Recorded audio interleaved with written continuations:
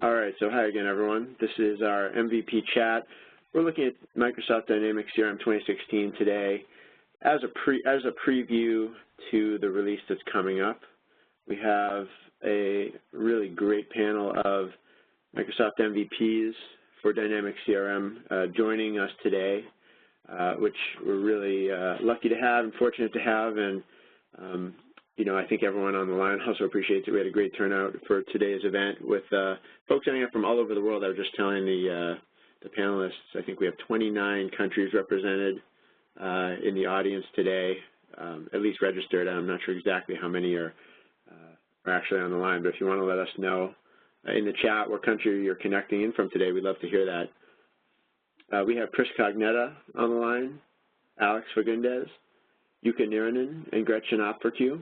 And hopefully, if we're lucky, we'll get Donna Edwards, too. I think she might have gotten hung up at the last moment here, but hopefully she'll be able to join. Oh, I think she is actually in the process of joining right now, which is great. Today's session, I should probably just set things up by explaining a bit. So today's session really is focused on looking ahead to CRM 2016. It's a preview right now. There's a preview program running, but it's obviously under NDA for the folks who are participating in it. And so today's not really a talk about really deep look at specific features, picks and clicks or anything like that of a release that's coming up in December, but it's a chance to look at what's been explained already by Microsoft, what some of those features are, what the implications are going to be in terms of user adoption and training, in terms of preparing for upgrades, perhaps, and to really hear from the folks in the audience, too, and hear what are you wondering about, what feature areas are you most interested in, what do you think about what you've heard so far? If you're attending today's event, presumably you're also keeping up on the news a little bit. You know that Microsoft started revealing the CRM 2016 release in early September. We wanted to start things off well, first I just want to say hi to everyone in the panel and make sure everyone's audio is coming through. How's everyone doing? Yeah, hear you loud and clear. Doing good. Great. Loud and clear. Yep. Excellent. And I see we have someone from New Zealand on, which is awesome. It's the middle of the night for you, I assume, Richard, but thanks for joining. Yeah, so the first topic I wanted to sort of throw things open for and get some people's thoughts on was, you know, actually also to find out from the audience, you know, there's obviously going to be a difference in terms of what your expectations are going to be if you're a CRM on-premise customer versus an online customer. You're going to be at different stages, and while you know, obviously we can't talk about you know, differences in the releases too much. Certainly, you're going to have a different outlook on it and what to expect, given where you're at now, what your current situation is. I'd love to hear in the chat if you are online or on-premise, so we kind of know what people's interests are there. But maybe I'll throw this open to the group too of panelists. You know, if you're a CRM on-premise customer, what are some of the biggest considerations or changes that you guys think people are going to have to adjust to, or the biggest gains in functionality that CRM 2016 is going to be bringing? Chris, why don't we start with you? Sure. Hey, good afternoon, Jason. I think, you know, the challenge you're going to see across the board is that there's a lot of blurred line between the online environment and the on-premise environment. And we really don't have a chart that shows these couple pieces are going to be available in 2016, whether they're going to be introduced on online only or on premises only. But we are certainly seeing that there are components that will be available online only that eventually will catch up. You know, maybe the spring or next fall release, those items will be there. But as Microsoft is leading with CRM Online, that's the roadmap objective. So you're going to see the new features there first. As far as, you know, I guess my favorite feature, what you're asking, or what, you know, new things in 2016, I'm really excited about the enhancements in several different places. But since I'm in the service area, I'm very happy about the updates that have been made in the service area to both incorporate the new knowledge base and knowledge management, some of the Paris type stuff coming over into CRM, the interactive service hub, voice of the customer, surveys, etc. Those are all great points that were well needed to build a truly dynamic app on service area. Good afternoon, everybody. It's Alex, and just to kind of piggyback on that, I think it's also the first time we're seeing kind of a, in my opinion, a main feature, kind of a main component being available in only CRM Online. And I'm specifically speaking about the offline capabilities in the mobile clients. I know we have a number of clients that like the mobile client, but having that truly offline capabilities, similar to the Outlook client, where we can define rules, that is coming to the Mocha/mobile client, but currently only online. I hope the feature does become available for on-premises, but that is not something nobody has mentioned yet. What are some of the offline scenarios that you think are most interesting to the people you talk to, Alex? Yes, what I've heard are folks doing site visits. If you're a nurse visiting a patient, or if you're doing some kind of retail lab, visiting a store site, or you might walk in and not have internet access. So having that ability to specify the sync rules. Yep, when I want my top 10 clients available offline, to be able to create not only activities but any kind of custom entity offline. And that's the scenarios that currently, if that's needed, it has to be done via custom code, via a custom app. With the new mobile clients, it appears we'll be able to do that out of the box, point and click, using this concept of profiles. Field services, we can think of a number of different uses around field services. You're walking into a house, you may have internet access, you may not. Even if you have a one of those cell adapters, we still see many areas that have chopped internet services.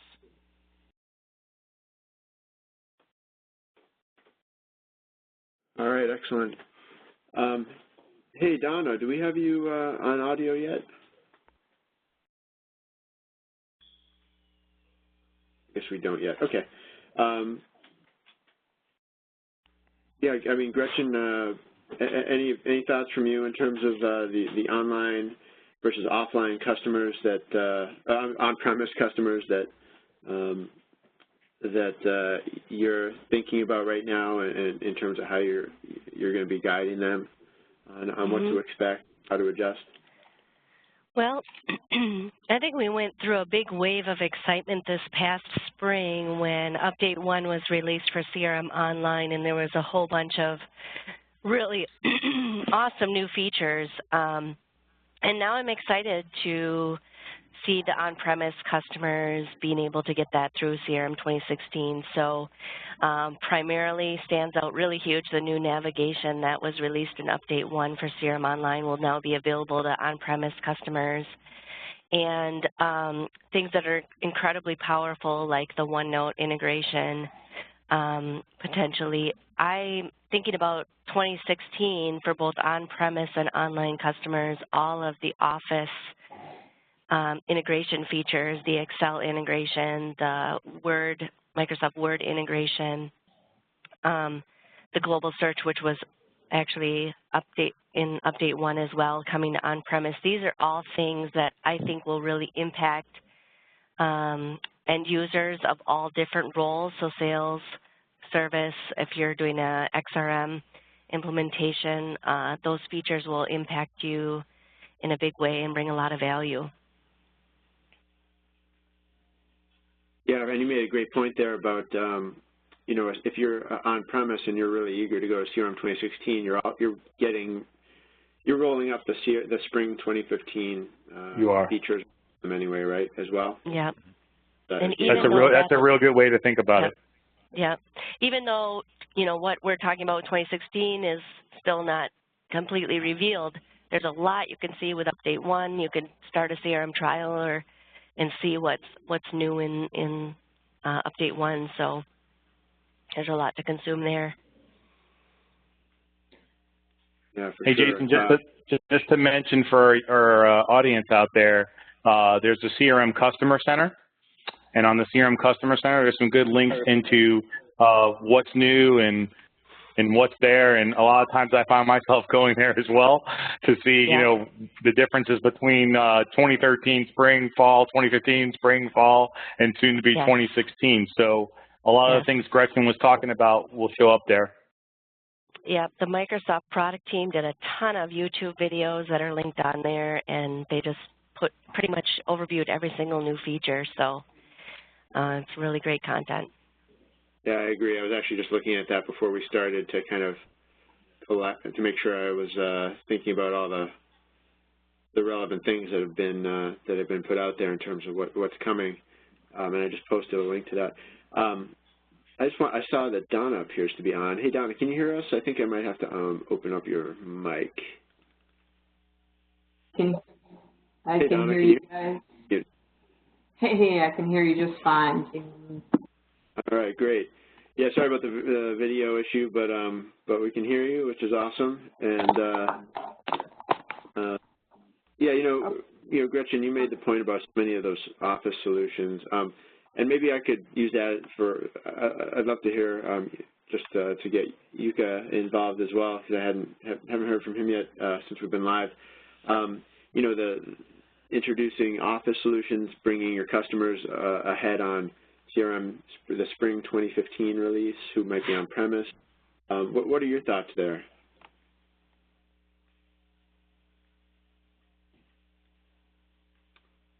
I think that was directed to you, wasn't it? Yeah, Yuka's talking, but he's on mute. It looks like he's muted somehow.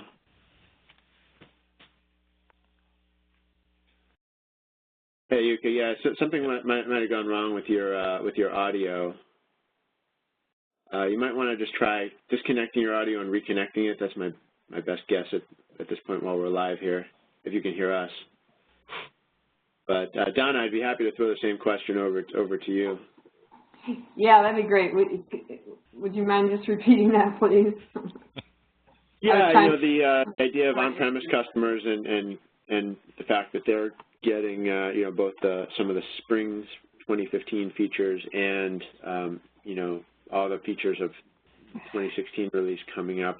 Are there things that you're thinking about with your clients, especially the on-premise ones, to prepare them if they're really thinking seriously about an upgrade to 2016, or perhaps companies that have been looking at CRM and they're going to go live on 2016 if they're making that decision for timing?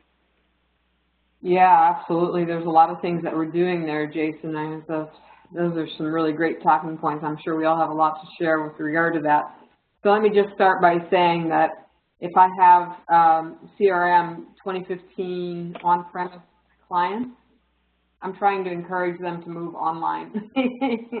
So if they can handle that and it's something that they have interest in and there aren't any huge roadblocks for them, I'm encouraging them to do that, because it's just so much easier to manage the entire deployment process and keep up with changes and have access to all of the latest and greatest features from Microsoft. And the online experience has improved significantly, right? Microsoft has made a great investment in it. So with the combination of things like Azure, having that Azure connection with CRM, Office 365 groups, and all of the other integrations that just seem to be so much easier to manage in an online environment, that's my initial proposal to them. Let's really think about online. Let's see if online fits your organization. And if the answer to that is no, and they want to remain on-premise, you know, for any variety of reasons, although I've had some pretty big enterprise clients, 5,000 seat plus, move from on-premise to online now. And I'm in the process of doing that with one organization now. So for those in the audience that think online isn't a fit, they might want to take another look. But having said that, if they're absolutely going to remain on-premise, then I encourage them to set up a completely separate environment from their existing deploy, test, QA environment that they're using for CRM 2015.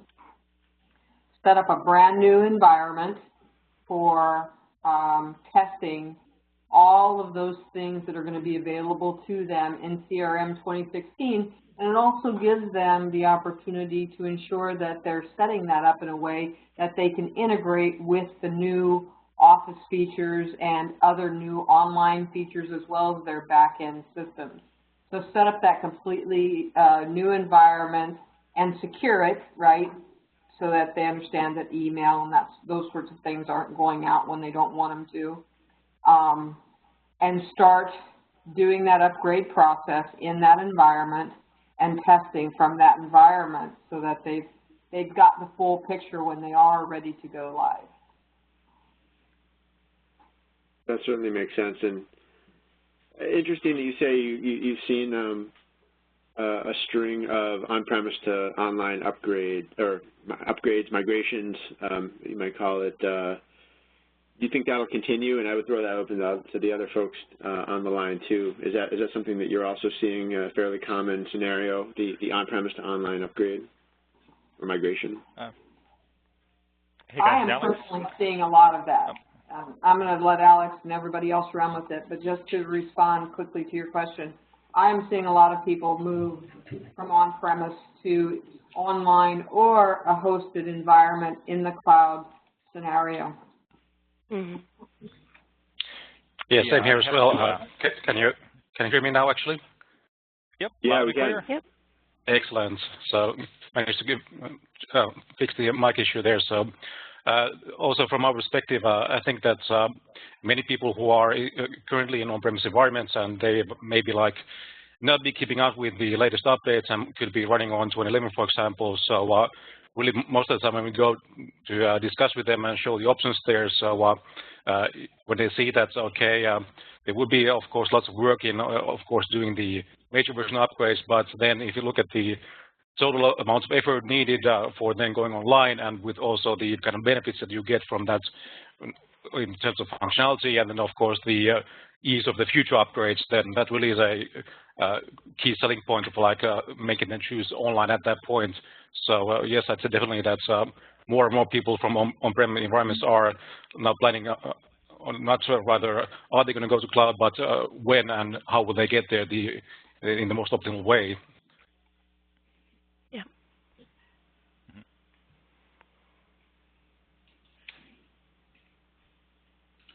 We've got several questions coming in from the audience, which is great to see. Some of them I think we'll be able to answer or have our panelists answer better than others, just because some of them are asking fairly specific things. But, for example, voice of the customer surveys, which I think, Chris, you touched on.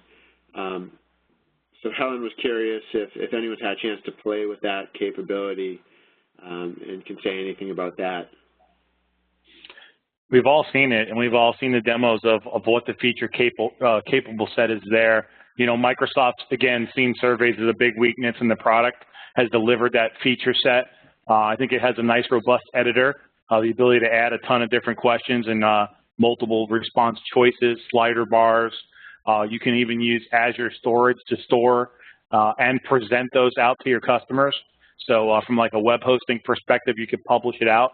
A very nice feature which allows you to run in a preview mode, so you can actually preview it, see it on the screen, make sure it's working, et cetera, without polluting your database, so to speak. Press the buttons and walk through, and then get those responses back either in a survey entity with some detail in there, or blow it out into individual fields. So lots of utilization, and maybe new things to come, like the capabilities of running workflows off of that. Still very early in the process. All right, excellent. Thanks, Chris. Mm-hmm. Yeah, someone's wondering about CRM Online Performance versus on-premise. That's one of the considerations when you're, to jump back to that topic, that when you're making a decision about migrating to online, measuring that performance and maybe benchmarking it. Is that something that's a common step in making the decision to migrate? It is, but you need to understand that there's a lot of components involved with talking to an online environment, right? you have the network connectivity between the two. So I've been at a place and seen customers where they complain about their internal internet is so slow that everything they access is slow, yet they go home and CRM Online is blazing, right? So there's a lot of factors involved before you look at the overall performance. Then there's differences when it comes to scalability, how much your team has. For instance, CRM Online can scale on the fly. You add multiple licenses, it adds, you get capacity, right? Where internally you'd have to add servers. So there's many different aspects of performance, not only what the platform provides, but then also the design on top of that as well. What are you doing? How many records have you loaded? How much data is in that design? Are you trying to show them 5,000 records at a time? Are you searching 1.5 million rows? Those impact whether you're online or on-premise. And then you have the online on-premise conversation on performance. And I'll say from my experience, to Donna's comments as well, online has certainly taken a step in the right direction as far as speed and performance. They've been working on the SDK with things like the bulk inserts and stuff like that to make it faster, the bulk data loader, some new things. So it's only getting better every day. It's come a long ways, even from a year ago. There are capabilities. I think it's for the first time, just about everything we can do on-prem, we can do online. As long as we're abiding by the SDK, etc. But items like creating indexes. In the past, large enterprise clients, one of the items we would do is, create indexes. Make sure that if I do have, 5 million accounts, 20 million accounts, my queries do run, lightning fast, and we need custom indexes. That is a functionality that's now coming in 2016. Not only will I be able to create indexes, look at, whether or not the index is actually helped by how much, and actually look at my queries within CRM. So there's a lot of new stuff coming for that kind of levels out the playing field. In fact, I think tilts it towards CRM Online, where now it's easier with online than on-prem. Yeah, I have to completely agree with that, Alex. There are things that are amazingly easy online, and one of the great things about it too is that they get people that are in the online environment get those features first, and they don't have to go through all the process of setting up environments and testing it out and in a server situation. A lot of larger companies have to go through, an entire budgetary process to get those server spaces, and they have to jump through a lot of hoops, whereas online, now you have the ability to fire up multiple instances, set up security groups, so that you can manage the testing process, schedule your updates.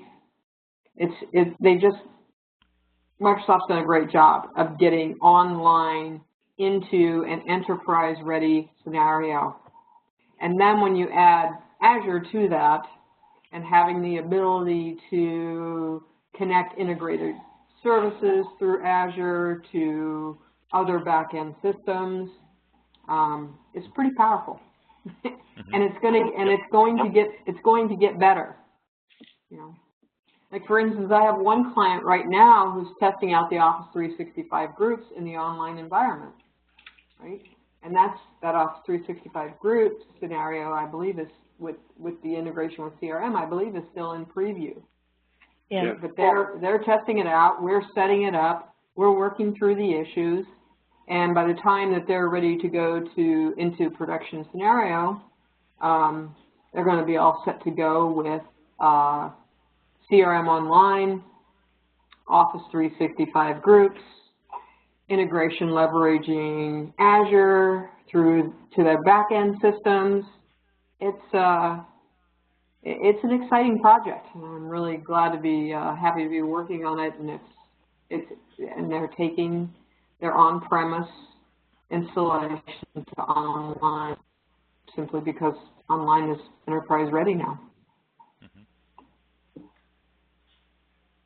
That's great to hear, Donna. And that was one of the things I was really wondering about, is if anyone is seeing, and Donna, I know you are, and I'd love to hear more about it if there's any other, specific things you can share. But, in terms of companies that are not just using CRM Online, but are actively looking at how they can incorporate some of the latest productivity updates from Office 365, because so much of the 2016 preview has focused on those productivity capabilities related to interacting with Office 365, like you said, groups, Delve, OneDrive for business, and SharePoint. As I guess one question for all of you would be if as those tools become more integral to the value prop for CRM Online, do you as CRM consultants, CRM experts also need to really start really getting deeper into what those productivity tools are all about?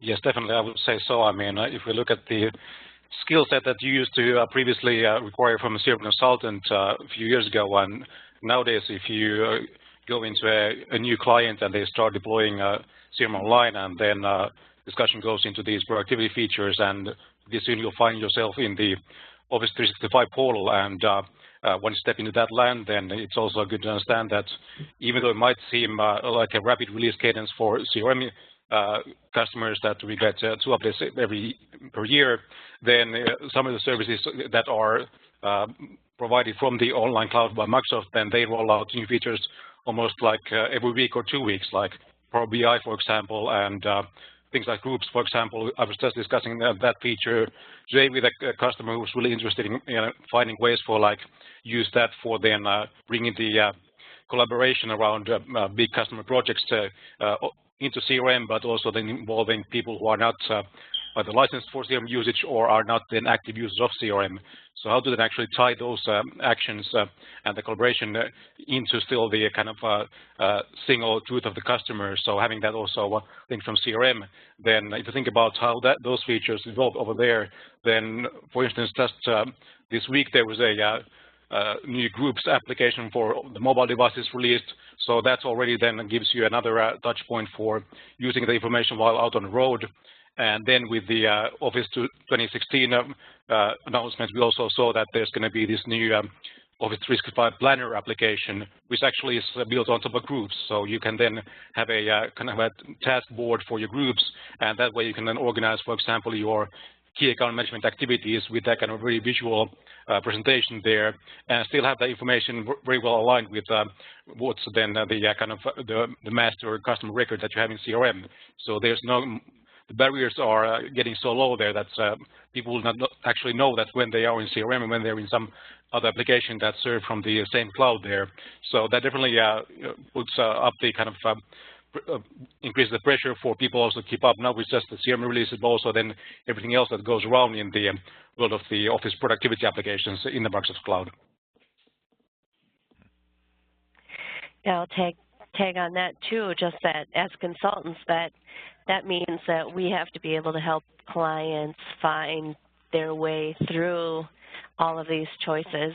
Where do they collaborate? Is it on SharePoint or OneDrive or Office Groups and just Yammer? And there's just, an explosion, I think, of different technologies and different options that as consultants we have to be able to help our clients decide on the best solution and get into the details with them. So it is a big challenge, not just to keep ahead of CRM, but all those things.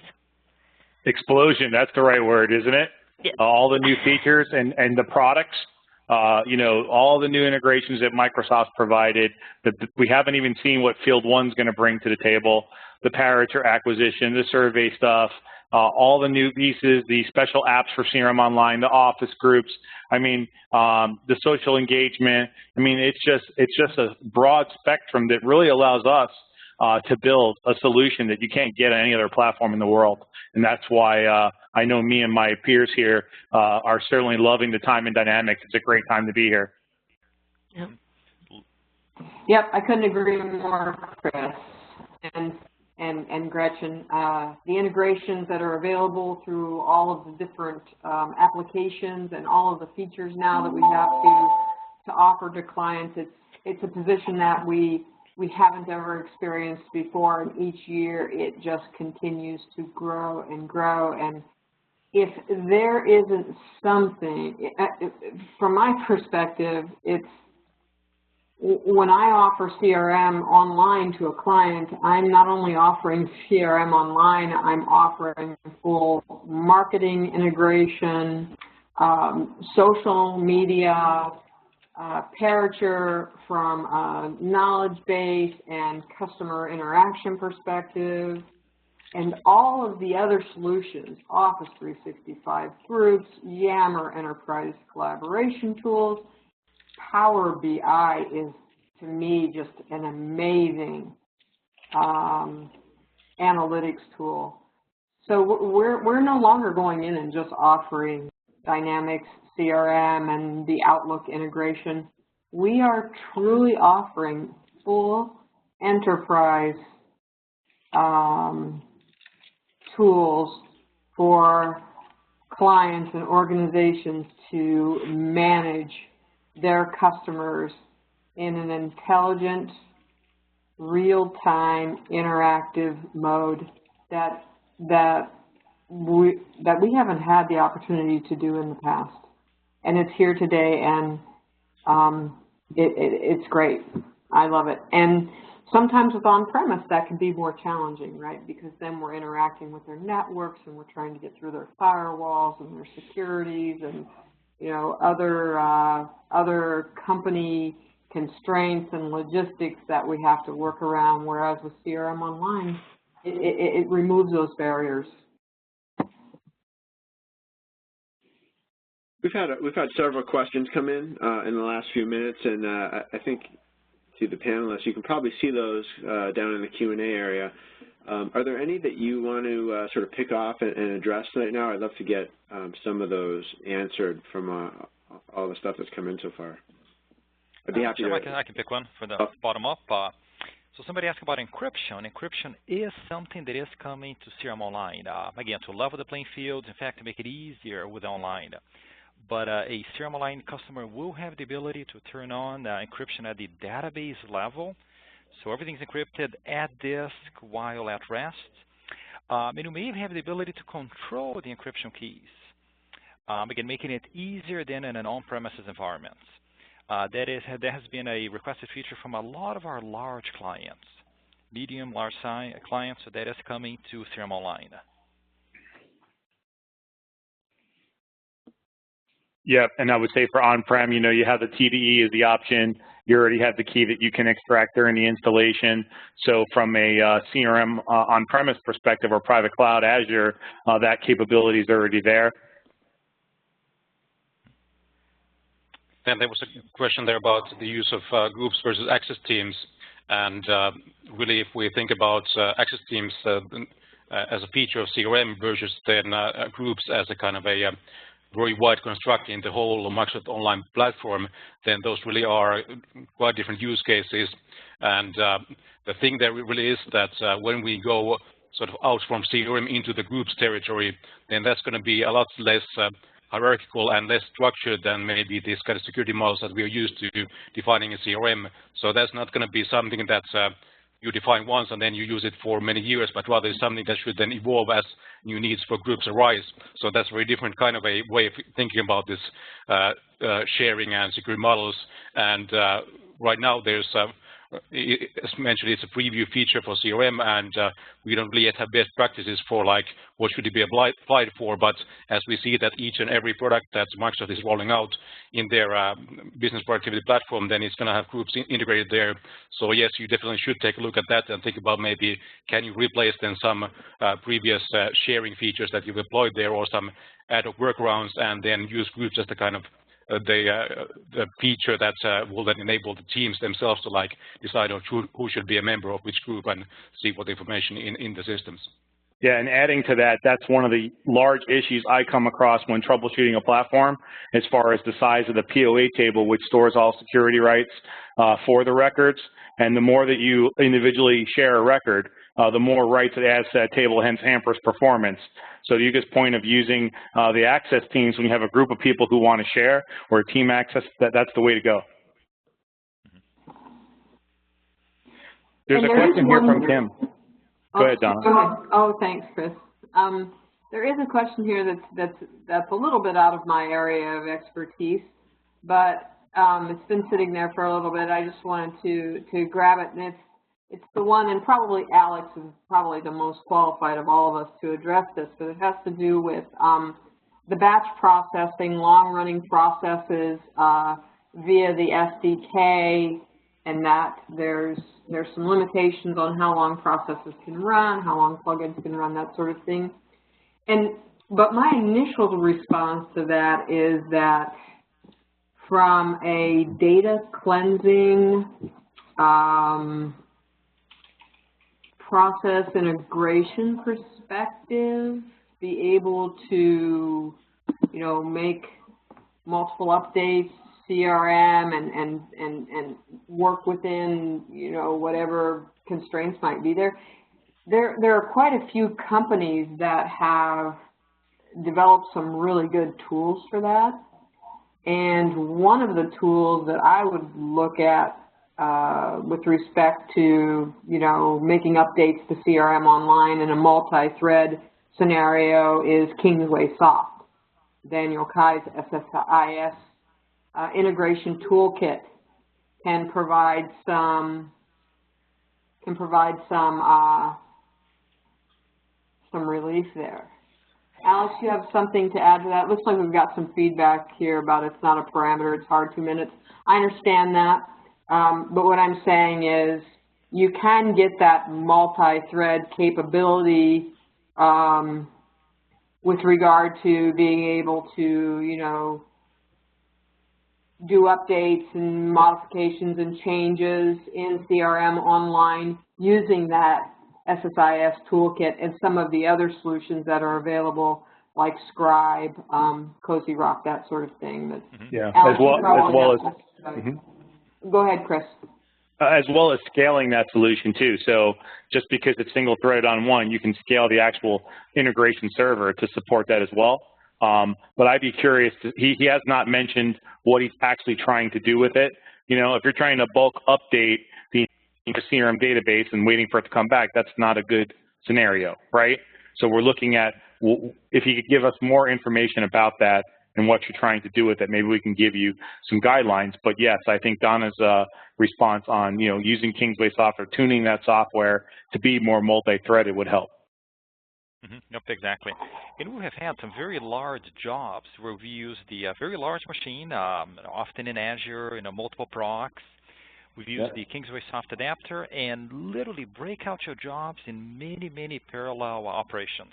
So instead of being a single thread, we typically recommend as many threads as you have cores. So an 8-core machine, 8 threads, 16. And typically CRM Online will handle. There are, you know, some caveats. There are, you know, some best practices. You want to make your batch size relatively small. So many threads, small batch size. But it'll scale. You can actually pump quite a bit of data into CRM Online as long as you optimize every little thing. Don't have any plugins that will slow down. Don't forget the plugins. Yeah. Don't forget the plugins, Alex.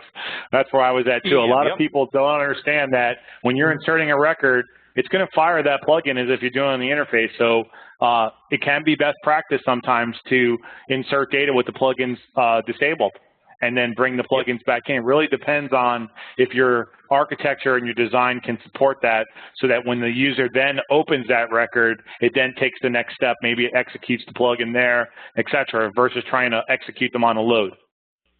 Yep, exactly. Yeah, there's another question in here about the dangers of CRM, the new features overtaking the knowledge of the consultants. And I think Gretchen's laughing too. I think we get this question all the time. I think there's a lot of different type of developers. First, it used to be like the guys that wrote JavaScript. Now it's approaching the people who write plugins because of the rules, capabilities, et cetera. I think if you look at what's on par between Salesforce, NetSuite, and Dynamics CRM, you're going to see that the tool sets are going to become more flexible to do what you need to do for your business right out of the box. It doesn't mean developers are going away. It doesn't mean functional consultants and people who customize the system are going away. It just means that the things that we had to build outside the box are now available inside of it, a lot faster to market, that kind of stuff, while other developers can focus on bigger fish to fry, like custom integrations to their own billing platforms or their own software. So I wouldn't say it's hampering anything. It's just changing the playing field a little bit and making it more easier to adopt CRM for your business processes.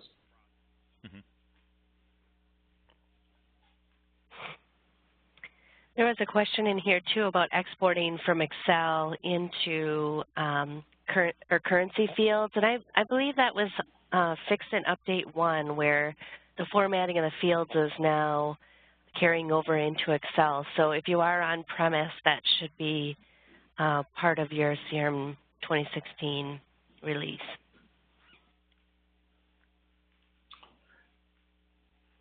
Helen has another question about server-side sync there. It says the server-side sync has been improved.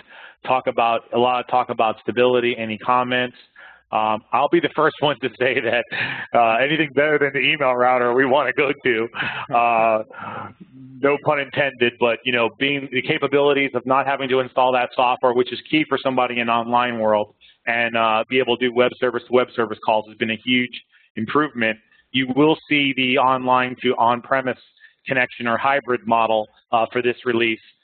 We have asked for white papers as a team, so we're looking for performance on what it can do. But as far as stability and up, we have many customers that are running it today, so I wouldn't say it's a question of stability. Would you, Alex?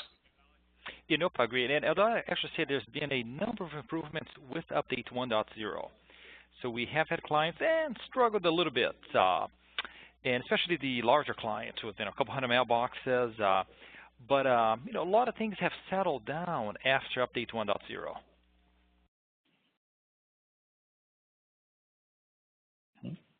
I see a couple questions here regarding running CRM on Azure.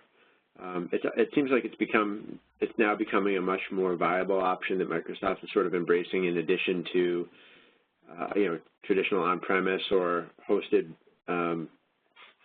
private hosted CRM. Is it something that that you all are seeing customers consider now as an alternative? Sure. Absolutely. Yep. Yeah, so something that in the past was not supported. So starting this summer, Microsoft now officially supports running CRM on Azure. So basically the CRM that you typically run on-prem, but now we use Azure VMs. A couple caveats. One being that you do need the VMs with premium storage. These are the VMs that have faster disk I/O. We played with it. We have one client that will be deploying that later this year. From our testing, it ran fine, just like on-prem. No real performance differences between on-prem or in the Azure VMs. Comparing to online, again, nothing that we noticed. So yeah, so it ran fine. You do have to manage that though. So unlike CRM Online, where they do the patching, the scaling, etc., running CRM on Azure, you own the VMs. So you got to monitor the CPUs. If you need more horsepower, you got to scale it up. If you still need more, you got to spin up another VM, apply the update rollups, etc. Just like on-prem. Yeah, so I'll say that it has become another deployment option. So we have CRM Online, which we call our public cloud, right? CRM on-prem, CRM private cloud, and then Azure. And Azure could fall into the private cloud model. From you guys who are considering it, you're looking at it's an on-prem installation, so you're not getting any of the online feature set. You still have to support those servers from a SQL and Windows perspective, patching, as well as CRM patches. And then authentication is also a challenge in the fact that the ADFS and IFD connectivity is another scenario that currently, Alex, I'm not sure if you had a workaround for that yet, but I don't see it being supported today. So I see more people using it for dev and test environments. And I do see it making a turn for production with the introduction of LCS. So LCS is already how they deployed Azure, how they deploy AX for CRM Online. Gives you all the best practices, press a button, and it's out there. You're going to see that for CRM as well. Mm-hmm. All point and click. Yeah, are any of those LCS tools in play yet? Alex, I know you were mentioning that you've done some Azure CRM architectures. Yes, we had a group of MVPs part of the beta program. I'm not sure when that's going live. Chris or others, do you know when the official go-live date is? No, it's still very much a beta, learning how the platform works. They're baking more things into it. I mentioned one of the things is CRM Online and the best practices they have from standing up CRM Online servers. Well, how do you deploy those into this Azure environment or this LCS environment so it's all scripted? But it's really neat, the project capabilities to spit it out and press a button like Alex mentioned, that really is the future when it comes to deploying these VMs. The one challenge I'll say that I see with Azure is people are not aware of the price and how much it really costs for the premium storage and the disk space and the processor. So you certainly want to look at that. And when you're bundling that and trying to figure that out, as far as it's not going to run on one CPU, guys. Right? It's just not going to do it.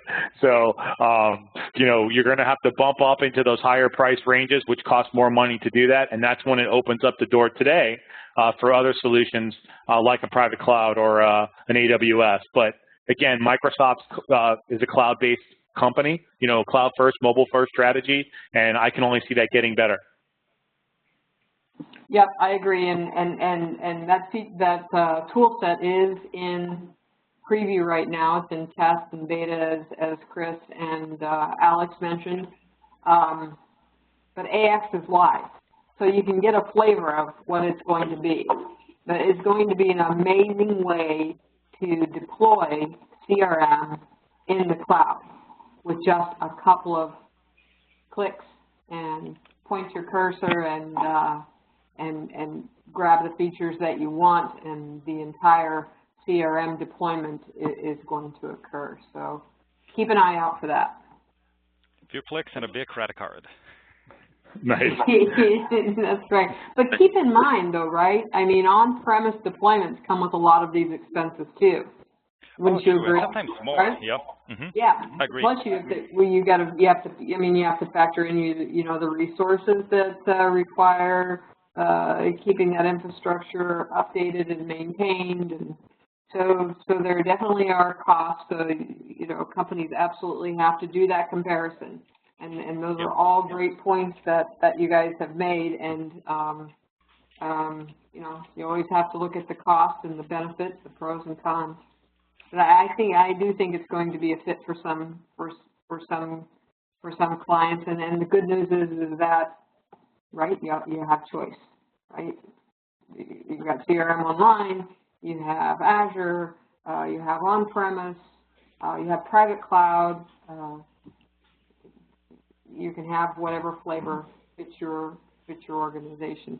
But we're going to see more and more of this. I'm convinced we're going to see more and more of this point, click, deploy, right? Yeah. Yep. Not only with CRM Online, but also with specialized solutions, industry-specific solutions, right?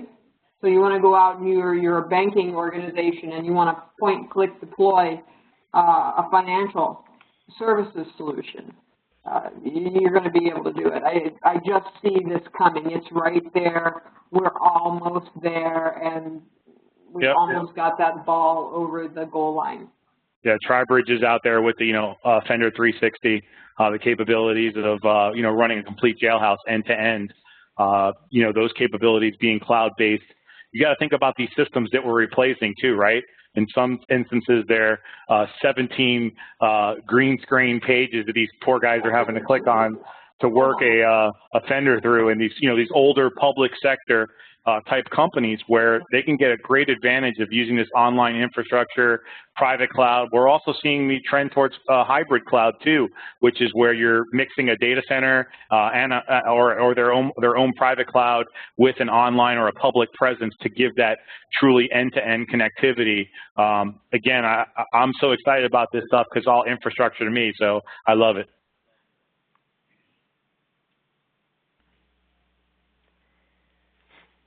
So a couple times somebody asked, the panel to share things we're disappointed in that aren't coming in CRM 2016. Negative. That's a negative question, but I actually was thinking back to a year ago, just I think on another similar panel of what are we hoping for in the future, and Some of the features that were released even in CRM 2013, like the social pane, still are not incredibly configurable. And so, of course, being CRM people, everything that, Microsoft gives us, we want to say, oh, let's configure it now. And so if there's not options to change it around and configure it, then we're disappointed, right? So I think I'd like to see more configurability in some of the features that have been released. And actually, Microsoft has been adding a lot of configurability into a lot of the features they've been released, like more business rules and process flow configurability. So they're definitely doing that. It's just getting to all of the wish list. Let's tell them how to get it on the wish list. Yeah. Tell them how to tell them. Connect.microsoft.com. Search for it, vote it up. They're all out there. All of the wish lists are out there on connect.microsoft.com, so do it. Yep. And that's a great point, Gretchen. But you know what my challenge is? My challenge is I'm so busy trying to keep up with everything that's coming out. I don't have anything to be disappointed about anything. That's a really good point. I think it's really challenging for me to keep up with all of the features that we're getting through these rapid cadence releases and how everything is fitting together. So I don't even have the time to even think about, what I'm disappointed in, because usually there's some other solution that will fill that gap. Even if I don't have that specific thing, like agree, you have to go through the SDK and the API to configure or to work with the social profiles in CRM themselves, right? But then you've got the whole social engagement application that you can just turn on and integrate. So, it just seems like even if there is a disappointment, there's either some other way to leverage a similar feature or get what you need, or it's just around the corner and it's coming. Yep. Yeah, if we think of, for example, the social pane there, then with the coming version, there's now going to be this brand new interactive service hub, and that really gives us it's kind of a preview about how the next generation of the UI is going to be like. And there we can already see that instead of the social pane, there's now going to be this timeline that shows a unified feed of all your activities and notes and posts in a single stream. And if we think about is Microsoft going to be then investing time in making the old, so to say, social pane customizable, or then build something that's brand new and even, that's things that we haven't even had the idea to ask for. So it's really kind of a trade-off here. I see that, of course, you will lose some customizability there, and especially with the rapid releases and kind of these releasing things before they are fully polished, then it's still going to be a better result in the end, because we get it faster and we can give feedback to Microsoft about that, and maybe in 1 year or 2 year time, there's going to be already the next iteration of that feature there. So there's always going to be details that could be more polished there, and usually then those points where you cannot customize it, they do tend to stand out like a sore thumb in a way. But if you look at the big picture, then it's still so much better off than it was like back in 2011 days. All the customizability, what you can do there, just with point and click. So really, as mentioned, there's not really that much time to be disappointed about anything. It's rather a continuous Christmas about features that I haven't yet had a chance to play with. So yeah, I'd say that it's hard to be disappointed with the kind of rollout of the features that we are seeing from the Dynamics CRM product team. Yep, that's my biggest challenge right now, is time to understand everything that's there, touch it all, see how clients can benefit from it, how they can leverage it. It's time to do it all, because so much comes at us so quickly, and it's just a big, brand new world for sure. Yeah, it's not just the CRM customization guy anymore, right? It's now who's the marketing person, who's the socialing person, who's the service person. Before, we used to look at those as, there are areas that we can do within CRM, but now you have full-blown marketing capabilities, full-blown serving, full-blown field service. Someone mentioned here XRM in one of the comments. And really, when you look at the industry solutions that Donna was mentioning and Gretchen and I were talking about, those are XRM solutions. I mean, where that you might not even have an account or contact record in them. It might be a banker and a teller, or a prisoner and a guard. You know, I mean, it might be totally different, where they take advantage of the cheaper license cal to do that. We're certainly seeing that across the board. So I think sky's the limit when it comes to that. I just think that the industry as a whole has really, they don't use the name. I don't know about you guys, but XRM kind of died off a little bit as far as the name, and we really look at it as these solutions that can be instantly applied in the cloud. Yep. And I know we're coming into a close, Jason, so I'm sure you're going to want to jump in here and take over a minute, but I just wanted to touch on this one question from the attendees real quick that has to do with, you know, how easy is it to upgrade from 2011 to 2016? And I like the fact that they're saying easy, because it is much easier than what it's ever been in the past. So you're going to want to go from 2011 to 2013 to 2015, 2016. Right. And what Donna's saying is you have to go through, so your users won't see the 2013 and 2015 servers, but you need to go through those upgrades in order to migrate your database schema over. That's the challenge that's there. But I agree with you guys. You know, the challenging upgrades from 3 and 4 to 2013, those days are way behind us. I think hats off to Matt Barbaro and that team for the things they built into the platform to support that, as well as allowing the SDK to be backwards compatible to support those things. That's a great enhancement, and it makes it cheaper for the total cost of ownership moving forward. And Chris, Alex, you guys, we've all done these. I'm sorry. We've all done these upgrades in a matter of days. We're not talking weeks here. Go ahead, Alex. Yep, so you're going to mention the only caveat is if your 2011 CRM org is running 4.0 code. We periodically run into that where it's a 2011 org, they think everything is native 2011, and yet, so 2011 is backwards compatible, can run 4.0 code. But 4.0 code will not run in 2013 forward. So if your 2011 is all native 2011, it's going to be a very smooth upgrade. Now, if your 2011 CRM is loaded with 4.0 stuff, it's going to be a little bumpy. There'll be some updates, some rewrites. Yep. And ISVs are the other gotcha, right? You know, you're going to take a 2011 ISV and upgrade to the 2015 version. Just make sure you check out their webpage, and they usually have a page on upgrading, and here's the things you need to look out for. Some of the feature sets have changed over time. Some of the data, some ISVs are no longer here, right? So you might have been using it in a 2011 version that's not available in 2013 or 2015. The one advice I like to give to everybody about upgrades is the overall feature set and getting rid of the JavaScript, using the out-of-the-box features to do that kind of stuff, use the business rules. Those are all ways to provide that total cost of ownership, reduce it, and make upgrading much easier in the future. Yeah, I think some of your biggest challenges, which Gretchen can probably speak to really well, is the fact that you're getting your users trained, right? Because what's available between those few upgrade paths from 2011 to 2015 or even to 2016 is like, I don't know, comparing a go-kart to NASCAR. Maserati. Maserati. Yeah, I was going to say that actually the 2011 to 2013 upgrade was probably the biggest upgrade that we've seen in the history of working with CRM.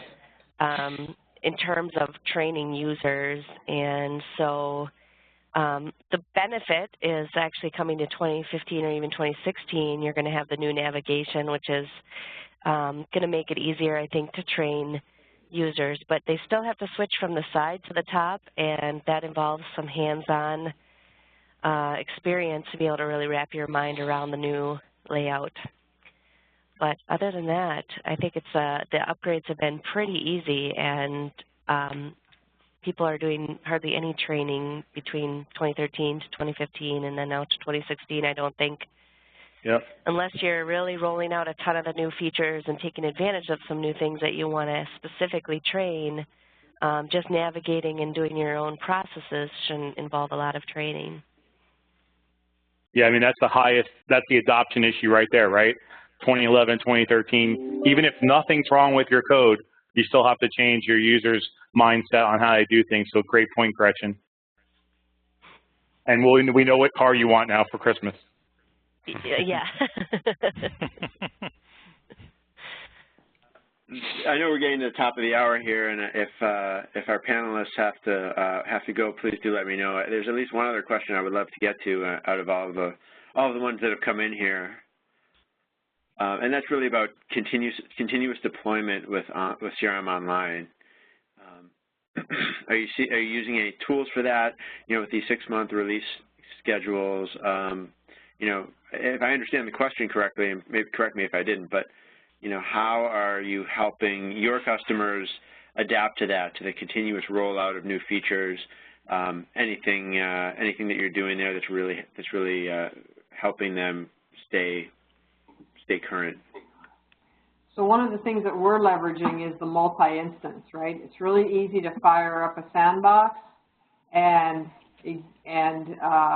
walk users through what the new features are going to be like, especially if you engage in the preview programs, right? So you can set up a preview program, you can set up a CRM Online instance, have that instance upgraded to the preview, and you can get your organizations and clients engaged, covered under the NDA, so that they can start seeing what's coming and get ready for it.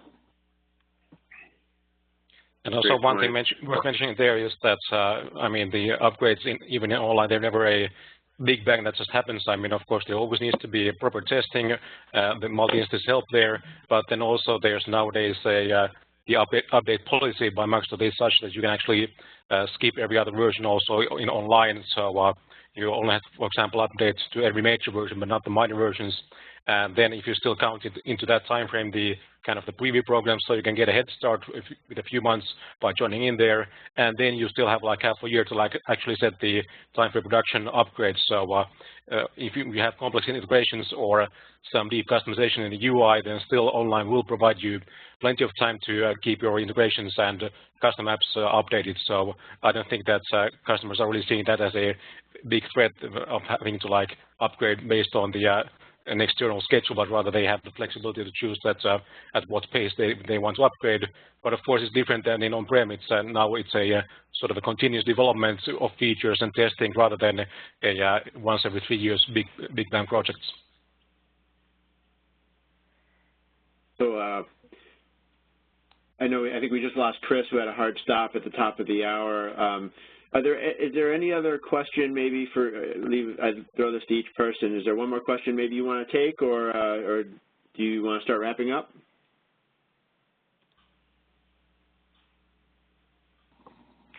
Yeah, I've got to check out too as well. Yep. Yeah, I think we're set. We're ready to wrap up, Jason. All right, great. Well, thanks so much to all of you for taking the time to do this. I know you guys powered through a ton of questions here, and thanks to everyone in the audience too for asking so many things and providing so many points of feedback. Really great. So yeah, with that, we're going to wrap up. Gretchen, Yuka, Donna, Alex, thanks so much for joining us today. This was really a lot of fun. Hey, thank you, Jason. Thanks for the invite. Thanks so much, guys. Have a good day. Yeah, thanks. We're going to end it there. Have a great weekend, everybody. Bye.